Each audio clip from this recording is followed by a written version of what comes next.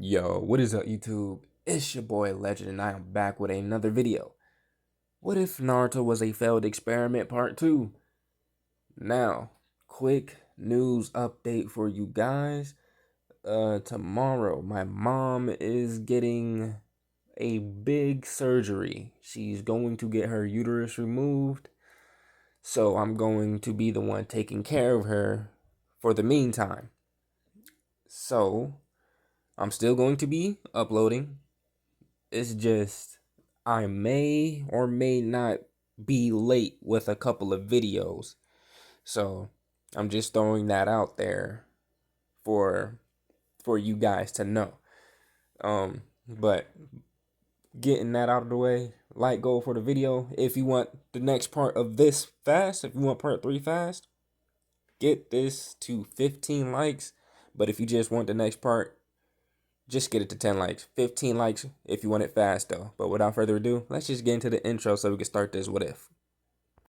Space, I'm protective. My adrenaline spikes when I'm threatened. And if you stay in my way, I'm aggressive. Cause when there's no exit, I'll kill when I'm desperate.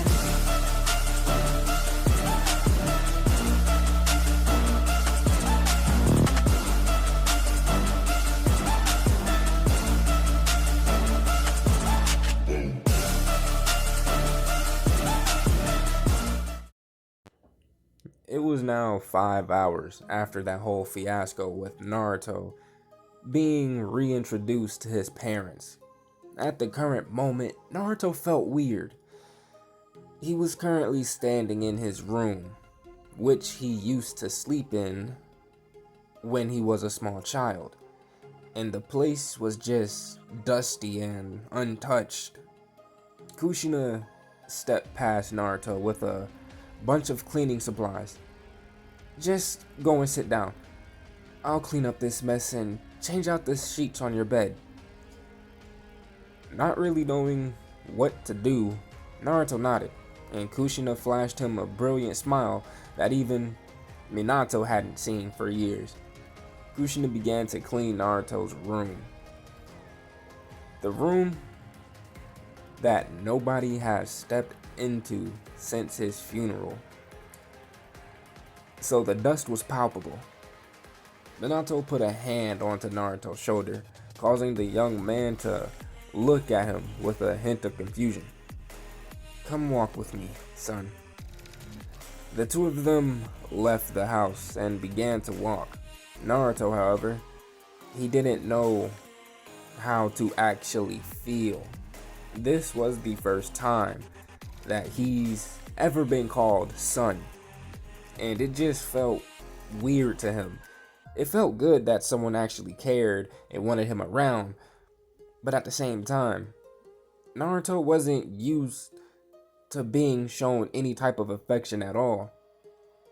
The two of them made their way to the barbecue place that wasn't too far. Upon arriving, the father and son duo sat down and began to order. Minato still couldn't believe that this was his son that he was spending time with. So he just subtly watched him. Minato noticed a lot about Naruto. One thing being the scar that ran across his throat. He also noticed that Naruto touched the back of his head a lot with his right hand. He did it in a manner as if he were checking something. He would also continue to check the clock that was in the restaurant as if he had limited time or he was on someone else's timetable. It was just a lot of small things that he would do that the normal person wouldn't do at all. Hey son, you alright?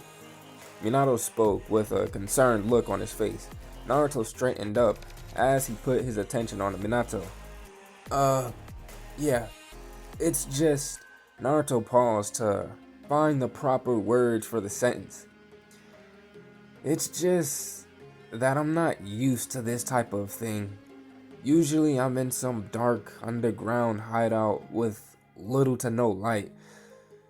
I'm used to having to worry about rats the size of my feet scurrying around trying to steal food, worrying if the water is safe to drink or not because it's coming out gray, and other things that are hazardous to your life.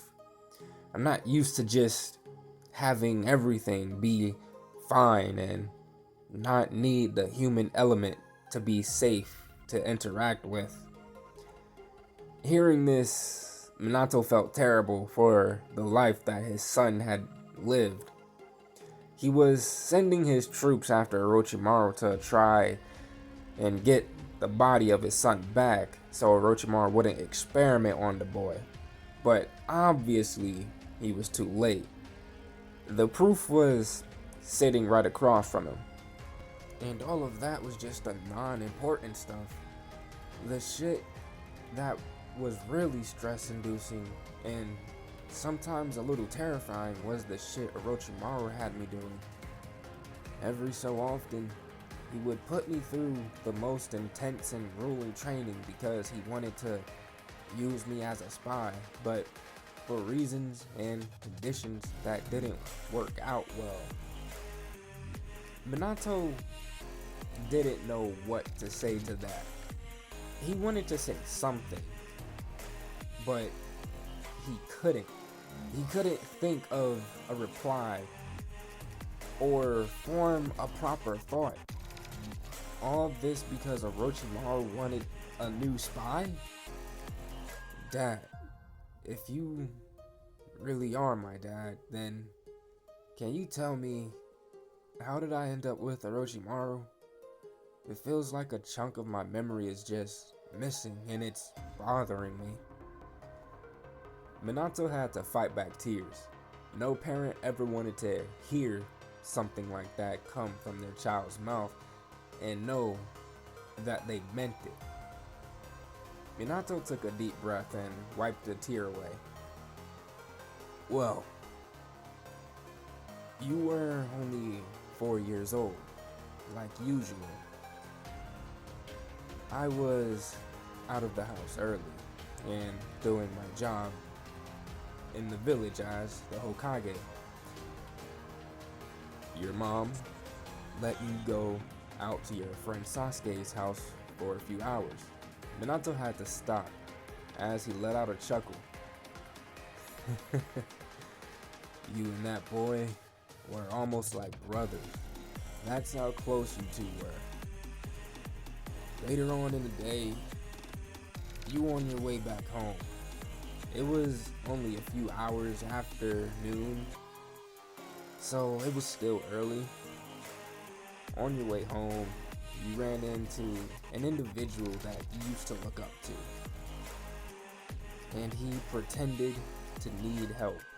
And like the caring and friendly young man your mother and I were raising you to be, you helped him. Well, he ended up tricking you. And he murdered you. Slit your throat and ran off like a damn coward he was. It didn't take long for your mother and I to find you. You were laid out in an alleyway and your blood pooled around you.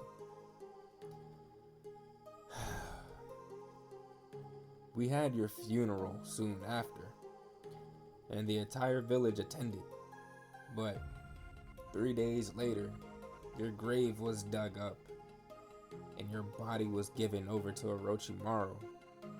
That's how he got a hold of you. And I found Kabuto.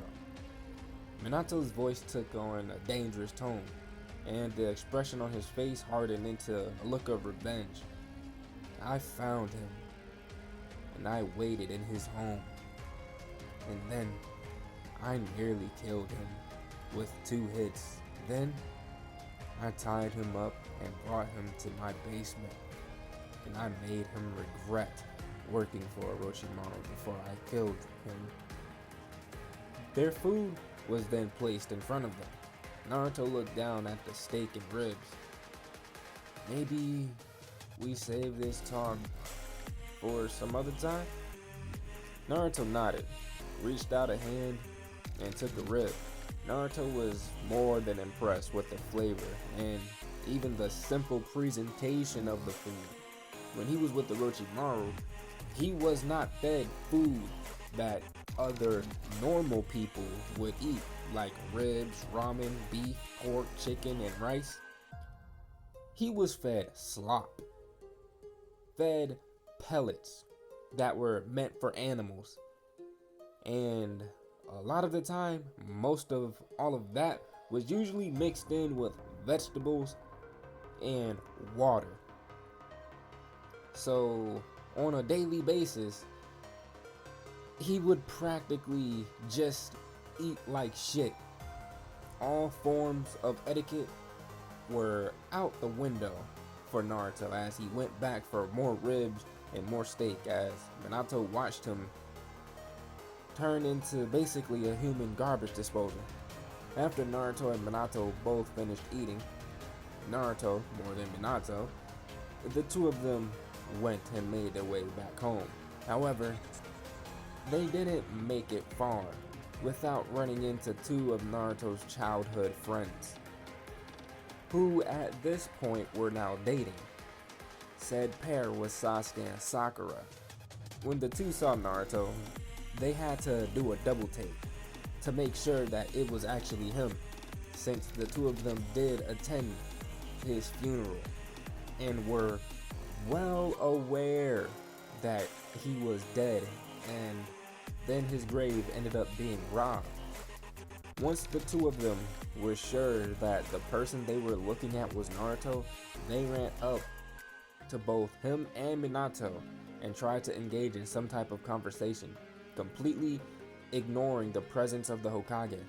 Sakura and Sasuke both ended up speaking over one another, so they only managed to confuse the hell out of Naruto. As to what they were talking about, the conversation went something along the lines of, "Yo, are you really Naruto? And you died. Everyone in the village went to your funeral. So, how are you here?" And another comment was, if you're here now, and you're perfectly fine, does that mean you were on a secret mission for the past 11 years? Hearing this come from Sasuke's lips made Sakura gasp as she started to put together this entire scenario and piece together everything that had happened. And it was starting to make sense to her. All the while, Naruto didn't even know who these two were. So that's another reason as to why he was confused. On top of not knowing what the hell they were talking about. Seeing the look on Naruto's face, Minato stepped in and helped get Naruto out of the situation. "Alright, you two. Me and my son have some place to be, so if you don't mind, could you let the two of us go about our business?" Once Minato finished speaking, it was like the two of them, Sasuke and Sakura, just noticed that he was just there. "Oh, Hokage-sama, we're so sorry. We saw Naruto and we were just so taken aback that we kinda just didn't see you." Sakura cringed at her response, but Minato took no offense to it at all. "That's perfectly alright, you two. I know that the two of you used to be friends with my son back then, so you all just wanted to catch up, but we're busy, so you'll have to do that on a later date." Naruto and his father then began to walk away. When they arrived home, Naruto went upstairs to his old room, and it was a night and day difference. There was no longer any dirt, no longer any dust. The room was just clean. The bed sheets were changed, the wooden dressers were polished, the wooden floors were polished. You could see your reflection in the windows. Wow. Naruto was mesmerized by how clean the room was. And this was the room that he would be living and sleeping in. He never had a room like this with the Orochimaru. So this was something completely new to him. Meanwhile, with Sakura was currently spreading the word that Naruto was back in the village and alive. She was telling everyone from Ino all the way up to some of the clan heads. And with the way she was spreading the news, it was spreading fast and making Naruto a popular subject within the village. According to Sakura, the news was that Naruto was trained for special shinobi work since he's been able to walk by the Hokage. Once he was at the proper level that he was required to be, his death was faked by the Hokage and his wife. After a few days, they dug up his grave to make it seem like his grave was robbed. And then after that, the Hokage had sent him on a 11-year mission. And from there, the story falls into place on how Naruto returned to the village alive. Everyone was mesmerized and impressed to think that the son of the Hokage had that level of training and discipline to complete an 11-year mission at the age of 4. Meanwhile, Minato sat at his desk in his study as he took notes and went over different seals with a smile on his face.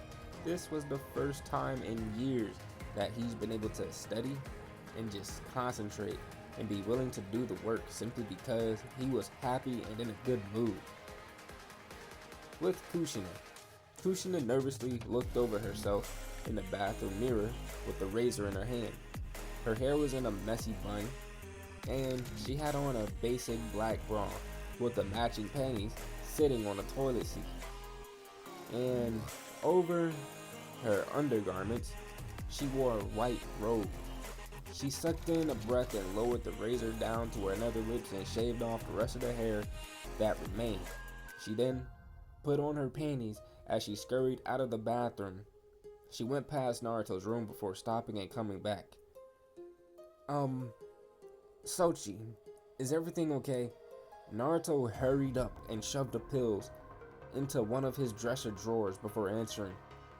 Yeah, everything is fine as it can be. Kushina smiled as she gave Naruto a kiss on the forehead before making her way into Minato's study. Naruto then went back over to his dresser and got his pills and looked at them. He didn't know what to do. He only had very few left, and he needed them to help keep him living. The only way he knew how to get more was to go back to Orochimaru and find Kari. And he wasn't going to do that. Naruto took a deep breath and put all the pills back. He needed them, but he had to do whatever he could to stretch what little pills he had left. Meanwhile, Minato continued to work in his study when Kushina walked in. He looked up at her, a little surprised that she came into his study. That was something that she never did, ever. What you working on in here? Minato blinked. He then held up a stack of papers on jutsu theory for the Rasengan and a stack of papers that tried to modify the Flying Thunder God technique. It's nothing big. I just want to see if I can modify the Hiraishin to hold a Rasengan, or more like mini Rasengan. Kushina raised an eyebrow. That sounds complicated. But how about I give you something to do that isn't complicated? Before Minato could respond, Kushina dropped her robe. Minato's eyes widened as he looked at Kushina in nothing but her bra and panties. And the sight was something that only he was good enough to see. Without even realizing it, Minato activated the silencing seals that were up in the room. In a matter of seconds, he put away all of his notes neatly into the desk drawers, and Kushina smiled as she slowly began to walk towards him with a sway in her hips. Once she got to him, she got down onto her knees as he sat in his chair, and with skilled fingers she fished his erect. Okay guys, you already know what's about to happen here. Do I really need to read this and risk my channel getting deleted for the, I don't know, 4th time? I think not. Now, because of the length of this lemon, it literally basically ends here with them doing the nasty. So, make sure you guys hit that like button, subscribe while you at it.